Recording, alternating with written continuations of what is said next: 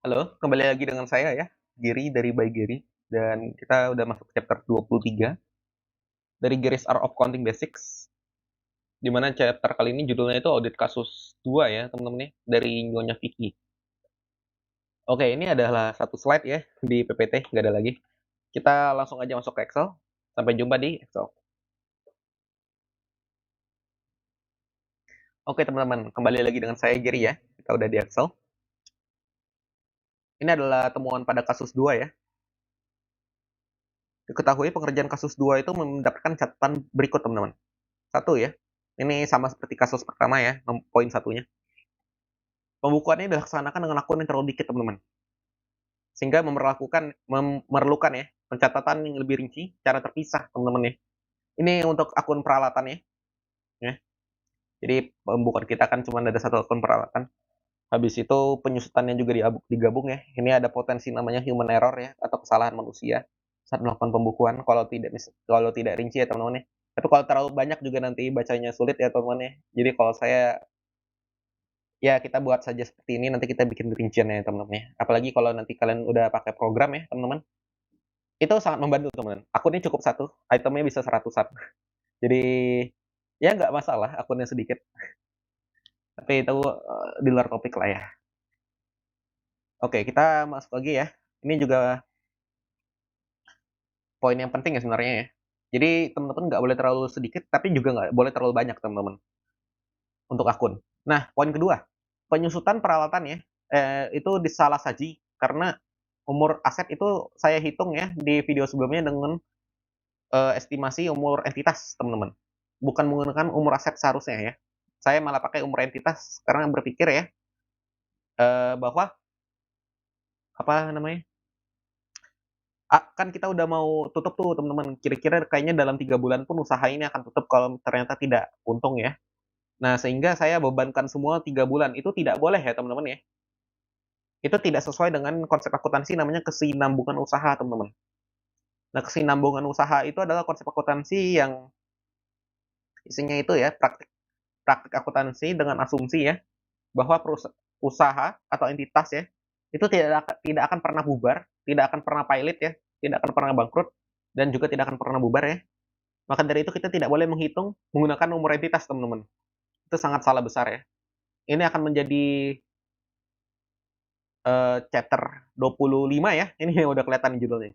Chapter 25 konsep kesinambungan usaha. Itu nanti akan kita bahas ya. Kemudian di sini ada pembukuan dan penyajian data bank USD itu dilakukan dengan mengadakan satu mata uang baru dalam pembukuan. Nah, ini nggak boleh teman-teman. Harusnya kalau udah pilih IDR ya sebagai mata uang yang dipakai di grup pembukuan, harus pakai IDR terus teman-teman. IDR itu rupiah ya. Kalau udah pakai rupiah, rupiah aja terus teman-teman. Jangan ada rupiah terus ada USD. Jangan sampai ada dua. Ya, accounting itu ada konsepnya namanya kesatuan moneter di mana eh, mat, mata uang yang digunakan dalam suatu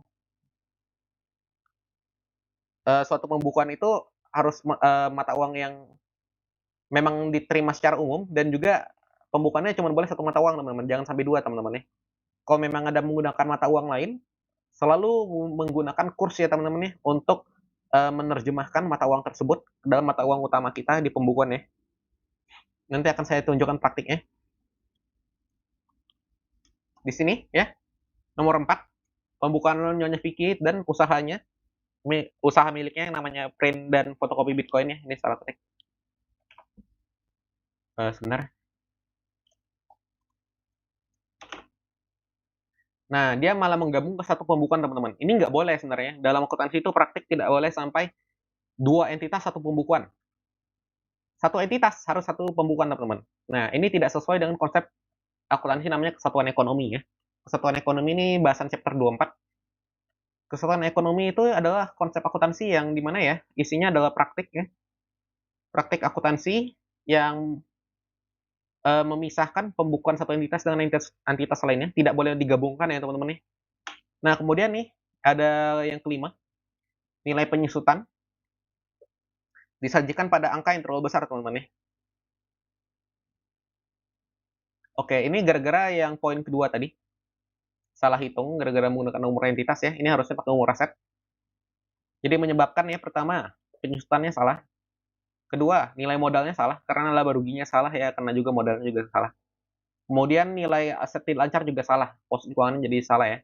Ini adalah perbaikannya ya. Hasil pemeriksaan menunjukkan penyusutan adalah sebagai berikut ya. Ini untuk yang Nyonya Vicky pribadi ya. Ingat ya, tadi tidak boleh gabung ya, sesuai dengan kesatuan ekonomi. Jadi ini punya Nona Vicky, ini punya usahanya yang namanya itu print dan fotokopi Bitcoin ya. Lalu nomor 7, nah teman-teman memang ada kala ya. Ini juga ada catatan di sini. Eh, memang ada kalanya di mana kita sebagai pembaca laporan keuangan itu butuh ya informasi langsung di satu laporan keuangan aja. Mau berapapun entitas anak usahanya, berapapun usaha yang dimiliki ya. Contoh Nyonya Vicky, dia kan memiliki usaha nih, namanya print dan fotokopi Bitcoin ya. Itu kita memang ada kalanya nanti Nyonya Vicky itu bakal membutuhkan eh, laporan posisi keuangan misalnya, di mana itu isinya seluruh aset teman-teman, tanpa membedakan apakah beda entitas, apakah sama entitas gitu teman-teman. Jadi mau digabungin semua karena semuanya juga punya dia sebenarnya teman-teman ya. Udah usahanya juga punya dia. Jadi harusnya kan laporan posisi keuangan bisa dong dibaca satu aja, jangan sampai harus buka banyak laporan keuangan. Itu bisa teman-teman ya. Caranya adalah dengan menggunakan konsolidasi teman-teman ya. Konsolidasi itu apa? Konsolidasi itu adalah proses menggabungkan ya dua atau lebih laporan keuangan menjadi satu ya teman-teman ya. Ini hanya berlaku biasanya di perusahaan yang adalah owner dan juga entitas induk dan juga entitas anak ya teman-teman ya. Misalnya kayak Nyonya Vicky ini, dia memiliki usaha namanya print dan fotokopi Bitcoin. Maka dari itu wajar apabila dia melakukan konsolidasi terhadap data keuangan dia pribadi dengan data keuangan si usaha miliknya. Nanti kita akan kasih contohnya teman-teman ya. Konsolidasi itu seperti apa ya? Oke. Nah, konsolidasi ini bisa dilakukan ya tanpa harus menyatukan pembukuan teman-teman. Jadi dia hanya menggabungkan laporan keuangan aja. Jadi pembukuan tetap harus dipisah ya teman-teman ya. Balik lagi, saya sangat setuju sebenarnya dengan kesatuan ekonomi ya. Pembukuan tidak boleh dipisah. Ini tujuannya juga agar tidak bingung, lalu juga lebih rapi ya pembukuannya ya, lebih gampang diperiksa. Ini adalah hasil ya dari koreksi. Kita kecilkan layarnya. Ini adalah hasil koreksi setelah diperiksa teman-teman ya, di audit. Oke, ini ada saldo awal ya. Kita isi seperti biasa. Saldo awal. Kemudian ya, Nyonya Vicky penarikan tunai teman-teman. Melakukan penarikan tunai 30 juta. Kas bertambah, bank berkurang. Kemudian Nyonya Vicky ada membuka usaha sampingan nih. Nah, namanya print dan fotokopi. Nah, kalau sebelumnya ya teman-teman nih, di chapter 22, itu nggak ada transaksi ya. Saya tulisnya tidak ada pencatatan ya. Transaksinya tidak ada pencatatan. Tapi kalau yang benar teman-teman, harusnya ada catatan ya teman-teman. Kasnya berkurang 30 juta. Kemudian muncul aset baru ya. Ini asetnya tidak lancar. Investasi dalam print dan fotokopi Bitcoin 30 juta ya teman-teman. Nah, kemudian ada healing ya teman-teman nih. Healing bersama teman-temannya habis 2 juta. Kasnya berkurang ya. Kain bersih berkurang karena menjadi beban ya. Lalu ada membeli kasur baru 4 juta karena kasurnya udah tidak layak. Perawatan bertambah 4 juta dan kas berkurang 4 juta. Nyonya Vicky menerima gaji Desember. Bank bertambah, piutang berkurang. Nyonya Vicky membuka rekening dalam bentuk mata uang USD, menyetorkan $500, kursnya 15,639 teman-teman. Nah, ini jadi banknya yang IDR berkurang ya. Kemudian bank USD bertambah. Nah, ini teman-teman ini penting ya, harus diisi dalam bentuk rupiah teman-teman ya, jangan USD ya. Sebelumnya kan saya catat USD itu memang sengaja dibikin salah ya teman-teman. Yang benar adalah menyatakan dalam bentuk rupiah ya. Oh ya, ini cara menghitungnya adalah dolar ya, dolarnya 500 dikali dengan kursnya teman-teman. Tadi 5639 kalau nggak salah. 15,639. Nah, kita akan mendapatkan angkanya ya teman-teman ya. Oke, kemudian Nyonya Vicky mencatat piutang gaji ya. 10 juta teman-teman. Piutang gaji. Dan untuk bulan Januari 2024 ya, 10 juta bertambah di piutang, kekayaan bersih bertambah 10 juta sebagai pendapatan gaji. Nyonya Vicky mencatat penyusunan smartphone dan kasur. Hanya 2 ya teman-teman ya, karena ini hanya inilah peralatan yang dimiliki oleh dia pribadi ya. Sisanya adalah milik usaha dia. Penyusutannya 291, kekayaan bersih 291, ini didapat dari sini ya. 291. Nah, teman-teman, kemudian ada Ini kita skip dulu ya. Yang ini kita skip dulu. Nyonya Vicky melakukan penyesuaian atas rekening USD ya teman-teman nih. Miliknya itu 15.803 teman-teman. Jadi tadi kan Nyonya Vicky memiliki saldo 500 teman-teman nih. Nilainya ada 15.639. Nah, nilainya menjadi nih ya teman-teman ya, 7819500. Tapi di akhir bulan teman-teman ya, ternyata kursnya naik teman-teman ya. Menjadi 15.803 ya. Nah, jadi secara rupiah nilai tabungan dia itu udah masuk ke 7,9 juta teman-teman ya. 7.900.100.500 rupiah. Yang mana ini meningkat ya dari sebelumnya ya teman-teman. Sebelumnya itu 7.800.000, sekarang 7.900.000 teman-teman ya. Nah, maka akan ada keuntungan ya 82.000 ya kalau teman-teman selisihkan. Nah, jadi dicatat bank USD-nya nambah 82.000 ya secara rupiah. Walaupun secara dolar sebenarnya tidak bertambah, tapi secara rupiah ditambahin. Karena kita menggunakan mata uang rupiah. Kemudian kekayaan bersih ya. Kekayaan bersihnya teman-teman itu menambah 82.000 dalam bentuk laba selisih kurs teman-teman ya. Nah, untuk yang merah ini teman-teman ya, yang tadi saya lewati, itu kita harus selesaikan dulu yang print dan fotokopi Bitcoin teman-teman. Tadi saya salah start, harusnya dari bawah dulu baru ke atas. Nah, oke. Tanggal 1 ya teman-teman ya. Kas bertambah 30 juta. Ya, ini adalah lanjutan dari jurnal sebelumnya teman-teman yang Nyonya Vicky ya. 30 juta berkurang ya dari kas. Terus masuk investasi ya dalam print dan fotokopi Bitcoin. Kalau di usaha miliknya akan mencatat ya kas bertambah dan modal bertambah teman-teman ya. Modal Nyonya Vicky. Lalu Nyonya Vicky itu membeli printer ya 2 juta, komputer 5 juta, dan mesin fotokopi 8 juta. Ini totalnya 15 juta ya, peralatan bertambah 15, kas berkurang 15. Kemudian Nyonya Vicky menyewa tempat untuk usahanya itu 2,1 juta untuk 3 bulan teman-teman, berarti 700.000 per bulan. Kas berkurang 2,1, sewa diberi muka tambah 2,1. Kemudian ada pendapatan dari print dan fotokopi ya. Dia ada membeli ya perlengkapan print dan fotokopi 8 juta. Ini mencatat perlengkapan ya. Kemudian kas berkurang. Kemudian ada Nyonya Vicky mencatat pendapatan dari print dan fotokopi 9 juta. Ini akan mencatat ya modal itu bertambah ya. Ekuitasnya bertambah 9 juta dan kas bertambah karena ini pendapatannya. Lalu Nyonya Vicky mencatat penyusunan komputer, printer, dan mesin fotokopi. Ingat ya, ini cuma aset milik usaha ini aja ya. Dia tidak ikut yang milik Nyonya Vicky pribadi. Nah, ini dapatnya 312.500 teman-teman. Lebih kecil ya daripada yang kasus chapter 12, chapter 22 yang salah hitung itu teman-teman. Nah, ini adalah dapatnya dari sini. Oke. Nah, kemudian ya, Nyonya Vicky mencatat beban gaji karyawan ya 3,3, muncul utang. Terus muncul beban yang mana mengurangi modal ya. Mengurangi ekuitasnya 3,3. Nyonya Vicky mencatat pemakaian perlengkapan ya. Print dan fotokopi 4 juta. Perlengkapan berkurang 4 juta. Modal berkurang 4 juta ya. Kemudian Nyonya Vicky mencatat beban sewa ya sebesar 1 bulan 700.000 ya teman-teman nih. Sewa diberi muka berkurang 700.000, modal juga berkurang 700.000. Nah, teman-teman ya di sini ya teman-teman. Teman-teman bisa lihat ya persamaan akuntansinya benar ya. 33 987 500 ya. Nih, 33 987 500. Stabilitas 3,3. Ekuitas 30 jutaan. Apabila jumlahin ya, hasilnya sama dengan aset. Oke, kita masuk ke laba ruginya teman-teman ya. Yang ini adalah laporan laba rugi untuk yang print dan fotokopi ya. Pendapatan operasional teman-teman 9 juta. Biaya perlengkapannya itu adalah 4 juta ya, biaya pokok pendapatannya. Biaya gaji print dan fotokopi ya.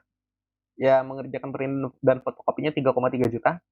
Biaya penyusutan 312.500 ya. Beban sewa 700.000. Dia dapat laba ya 687.500. Ini adalah laba operasionalnya. Kemudian ya teman-teman ya, print dan fotokopi melaporkan laporan perubahan ekuitas ya.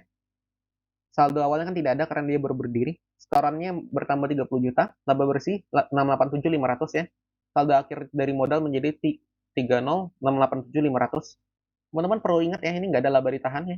Karena ini adalah usaha persorangan, teman-teman boleh pelajari lagi chapter berapa, saya lupa, coba lihat di playlist yang sudah saya susun ya teman-teman ya.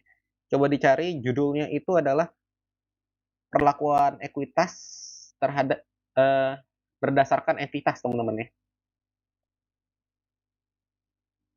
Chapter berapa ya? Bentar. Itu masuk ke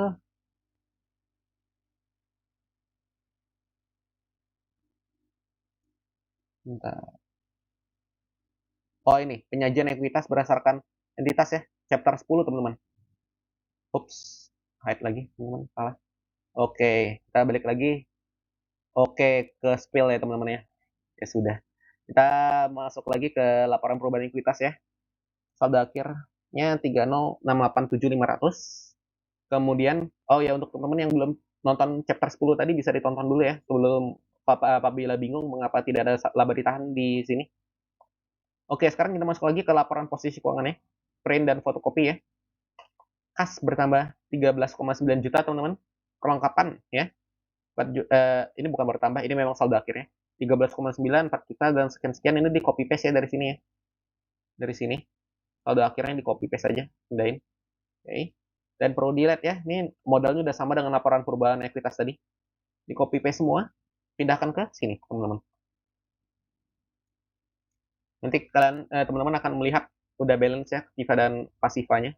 Ini nggak ada lagi DR sebenarnya teman-teman.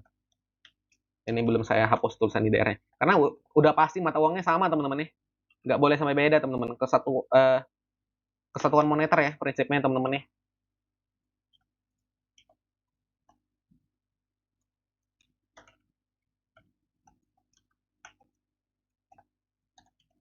Oke teman-teman. Kita balik lagi ya teman-teman ke Nyonya Vicky yang tadi, yang sempat kita tiba-tiba lompat ke bawah ya. Nah, ini kita balik lagi. Nyonya Vicky melakukan penyesuaian ya terhadap investasi miliknya di print dan fotokopi Bitcoin. Karena print dan foto Bitcoin ini mencatat laba ya, 687.500. Maka ini mengakibatkan Nyonya Vicky punya modal ya, berubah menjadi 30.687.500. Nah, berarti ada perbedaan ya. Di sini kan mencatat tadi 30 juta. Di sini udah 30 juta 687.500. Jadi Nyonya Vicky harus melakukan penyesuaian ya. Investasi dia bertambah jadi 30 juta 687.500 teman-teman. Jadi dia mencatat ada pendapatan berupa laba entitas anak usaha ya teman-teman ya. Ini adalah jenis pendapatan lain-lain ya dalam pembukuan orang pribadi. Kita lihat langsung aja ke laporan laba ruginya. Ini Nyonya Vicky teman-teman. Pendapatan operasional, pendapatan gaji 10 juta ya. Biaya pokok pendapatan tidak ada.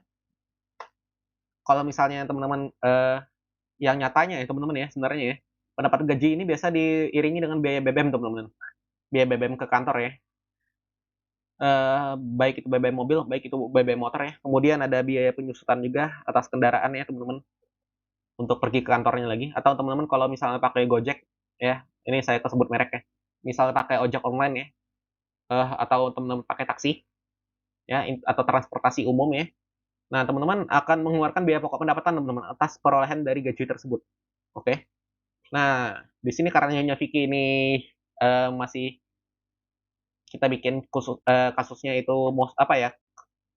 Sebagian besar biaya hidupnya itu ditanggung oleh keluarga ya. Kita asumsikan juga dia pergi ke kantor aja dianterin ya teman-teman ya. Jadi nggak ada biaya pokok pendapatan. Oke, kita masuk ya ke beban kebutuhan utama. Beban penyusutan peralatan teman-teman ya. Ini kebutuhan primer dia yang mana isinya adalah smartphone ya. Dan juga kasur. Kasur untuk dia tidur ya. Ini kebutuhan utama. Habis itu smartphone ya. Kita nggak usah munafik lah ya. Smartphone itu sebenarnya udah menjadi kebutuhan utama kita dalam sehari-hari ya. Nggak ada smartphone, komunikasi susah ya. Menghibur diri juga susah ya teman-teman ya. Jadi memang smartphone itu udah bagian kebutuhan utama ya teman-teman ya. Tidak ada smartphone, rasanya kosong ya teman-teman ya. Kecuali teman-teman mungkin memang udah terbiasa nggak pakai smartphone. Untuk teman-teman yang udah terbiasa pakai smartphone pasti udah mengerti maksud saya ya. Nah, sekarang kita masuk ke kebutuhan sampingan ya. Ini beban hangout. Kebutuhan sampingan ini biasa saya isi dengan kebutuhan kita untuk healing ya teman-teman ya. Bisa dalam bentuk beban ini teman-teman. Tiket nonton bioskop ya. Teman-teman bisa mencatat juga. Mungkin beban ini teman-teman. Main di apa namanya arcade ya atau tempat bermain di mall Saya nggak bisa sebut nama apa mereknya teman-teman ya.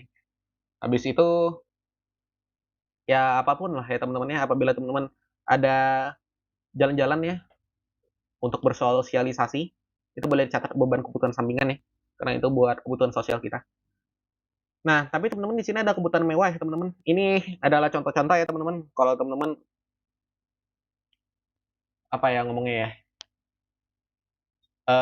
mengeluarkan uang lumayan banyak ya untuk party ya teman-teman nih, untuk pesta. Sebenarnya pesta itu nggak perlu ya teman-teman ya, tapi kalau teman-teman punya uang lebih itu nggak apa-apa. Nah, ini adalah salah satu contoh dari beban kebutuhan mewah ya. Mungkin teman-teman yang main game itu kan ada kadang top up ya namanya teman-teman ya. Mengeluarkan uang untuk barang di game. Itu juga kebutuhan mewah ya masuknya ke sini. Dia bukan kebutuhan sampingan ya teman-teman ya. Itu bukan kebutuhan sampingan, itu kebutuhan mewah ya teman-teman ya. Sekarang kita masuk lagi ke laba operasional ya. Kemudian ada pendapatan lainnya. Sini ada laba selisih kurs ya. Ini pendapatan yang tidak berhubungan dengan pendapatan uh, utama kita, sumber pendapatan kita ya. Ini memang pendapatan ekstra aja dari menyimpan USD ya, karena kursnya naik ya teman-teman nih. Rupiahnya melemah. Kita membeli USD butuh rupiah yang lebih banyak sekarang ya, di tanggal 31 Januari. Jadi ada keuntungan memegang USD. Ini yang sempat saya singgung di chapter sebelumnya mengenai hedging ya. Hedging itu artinya melindungi nilai teman-teman. Jadi teman-teman dapat melindungi kekayaan teman-teman dengan memegang beberapa mata uang lah teman-teman ya. Jangan megang satu aja. Agak bahaya soalnya teman-teman. Apabila terjadi yang tidak diinginkan ya, saya bukan mengatakan pasti terjadi ya, tapi apabila terjadi teman-teman, kita lebih baik menyediakan payung sebelum hujan ya, dengan memegang mata uang lainnya. Kurs dapat selisih kurs ya, IDR USD, rupiah Indonesia ke dolar Amerika 82.000 keuntungan. Lalu ada mencatat ya keuntungan dari entitasnya Sprint fotokopi Bitcoin itu 687.500. Ini harus sama dengan ini ya. Ini harus sama dengan ini teman-teman. Harus sama.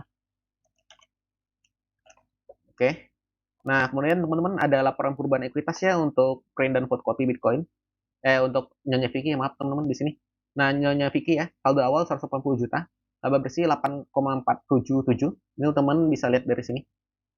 Harus sama ya dengan ini. Nih, 8477, 833.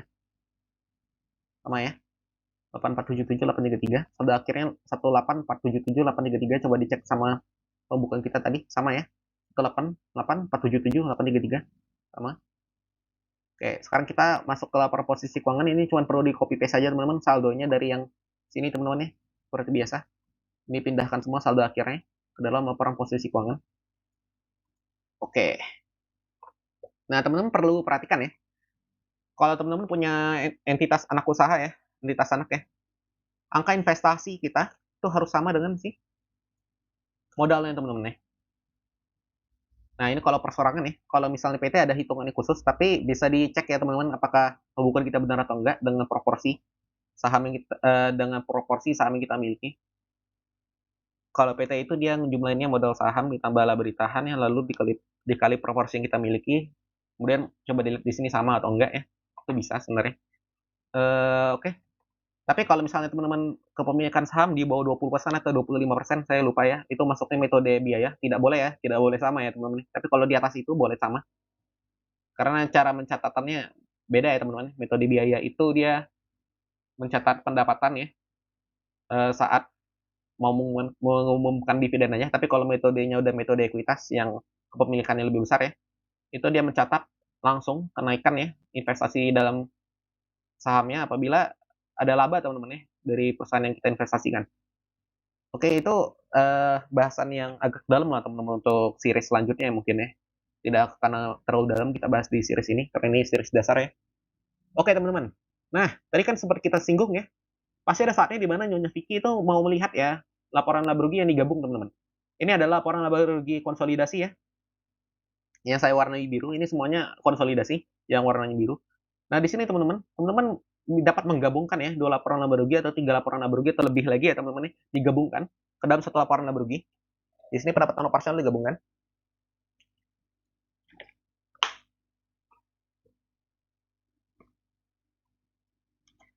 Biaya pokok juga digabungkan nih. Nah, terus dapat dong laba kotornya. Laba kotornya yang dikonsolidasi itu harus sama ya teman-teman ya dengan entitas anak ditambah entitas induk ya. 11 387 sama ya dengan ini ya. Kemudian ada beban penjualan dan pemasaran yang dimasukkan beban sewanya. Beban penelitian nggak ada, beban administrasi nggak ada. Nih di sini teman-teman ya saya pindahkan jadi ada 6 kategori beban ya. Ada 6 klasifikasi beban di bagian sini. Saya gabungkan yang utama sampingan mewah ke dalam sini ya. Penjualan pemasaran, penelitian dan administrasi juga di sini. Nah, kita masukkannya beban penjualan peralatannya di sini 291, beban hangoutnya ya 2 juta. Kemudian untuk laba operasional itu harus sama ya teman-teman ya. Laba operasional yang dua ini kalau dijumlahin harus sama dengan yang konsolidasi. Kemudian ya pendapatan operasional non operasional ya tidak ada. Beban non operasional juga tidak ada. Lalu ada pendapatan lainnya ya teman-teman ya. Nah ini didapat dari sini 82.000 ya. Nah teman-teman perlu perhatikan ya, yang saya merahin ini tidak ada di sini ya. Ini tidak ada. Kenapa ya teman-teman nih? Karena kalau saat melakukan konsolidasi yang seperti ini tidak boleh masuk teman-teman. Karena kita saat menambahkan ya data yang di sini print dan fotokopi Bitcoin, saat kita menambahkan data ini ke dalam laporan konsolidasi secara tidak langsung ya, teman-teman udah menambahkan laba 687 ke dalam laporan tersebut, laporan konsolidasinya teman-teman. Jadi kalau teman-teman masukin lagi ini jadi double ya teman-teman ya. 687 ini jadi menjumlah 2 kali teman-teman. Ini nggak boleh masuk ya. Oke, jadi untuk mengecek benar atau salah ya teman-teman ya. Itu gampang ya. Kalau tadi laba kotor kita jumlahin dari dua sisi, laba operasional dua sisi ya. Kalau mau laba bersih, yang sudah kita keluarin laba entitasnya ya teman-teman ya. Kalau mau yang final ya, itu teman-teman ngeceknya dengan laba bersih. Si Nyonya Vicky aja sendiri teman-teman ya. Si induk, entitas induk teman-teman. Jadi nggak usah dijumlahin lagi sama si entitas anak ya. Nggak boleh dijumlahin karena pasti beda. Teman-teman cuma jumlahin entitas induk karena di laporan konsolidasi kan labanya si entitas anak udah masuk nih. Nah, laporan yang induk ini induk sendiri ya, yang laporan induk sendiri itu juga udah masuk teman-teman. Jadi angkanya bisa dicocokkan sama ya. Oke, kita sekarang masuk ke laporan perubahan ekuitas konsolidasi di sini teman-teman nih. Kekayaan bersih teman-teman. Itu bertambah saldo awal 140 juta. Kemudian bertambah ya 8477 berdasarkan di sini teman-teman. Dapatlah saldo akhirnya itu nanti 188477833 ya. Nah, teman-teman nih, untuk menyusun laporan posisi keuangan, teman-teman bisa melakukan metode yang mirip ya dengan laporan laba rugi tadi, tinggal copy paste, dijumlahkan aja teman-teman ya. Contoh seperti kas ini, di sini juga ada kas. Jadi kita masukkan kas ya, dijumlahin 3 juta tambah 13,9 menjadi 16,9 juta. Untuk bank idara kan sendirian, jadi langsung copy paste saja ke bawah. USD juga sendirian ya. Piutang gaji juga sendirian, perlengkapan sendirian, dan sewa di barang muka sendirian teman-teman. Nah untuk peralatan nih, ini kan ada dua nih teman-teman. Peralatan 14 juta sama peralatan 15 juta. Ini jadi 29 juta. Penyusutan peralatan nih. Nah ini juga dijumlahin. Oke. Tapi ya teman-teman, ini perlu diperhatikan. Yang ini tidak dimasukkan ya. Ini tidak dimasukkan. Nanti akan saya jelasin nih. Oke. Likuiditas lancar ya. Dimasukkan utang gaji ya.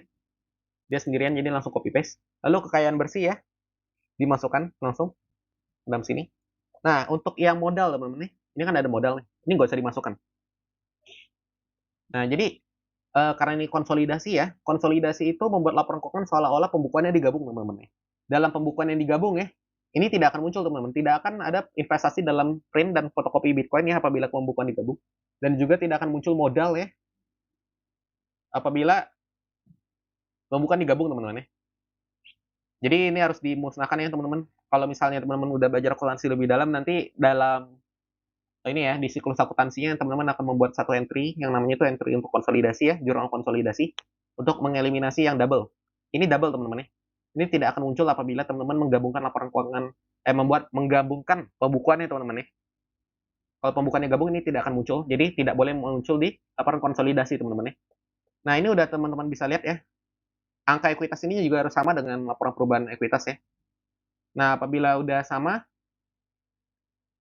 dan teman-teman juga udah lihat nih balance ya dan angka-angkanya udah diperiksa sama udah benar, ya itu harusnya udah benar ya teman-teman ya.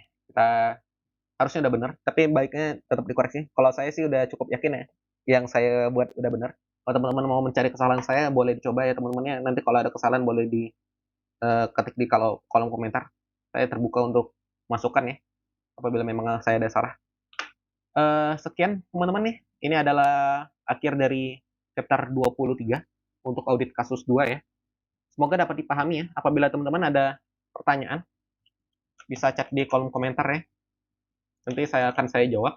Dan apabila teman-teman memiliki masukan dan kritikan ya, dari cara saya menjelaskan ya, teman-teman bisa chat juga di kolom komentar. Saya terbuka dengan masukan dan kritik ya, yang membangun. Oke, sekian ya teman-teman. Sampai jumpa lagi di chapter 24 teman-teman. Judulnya konsep kesatuan ekonomi.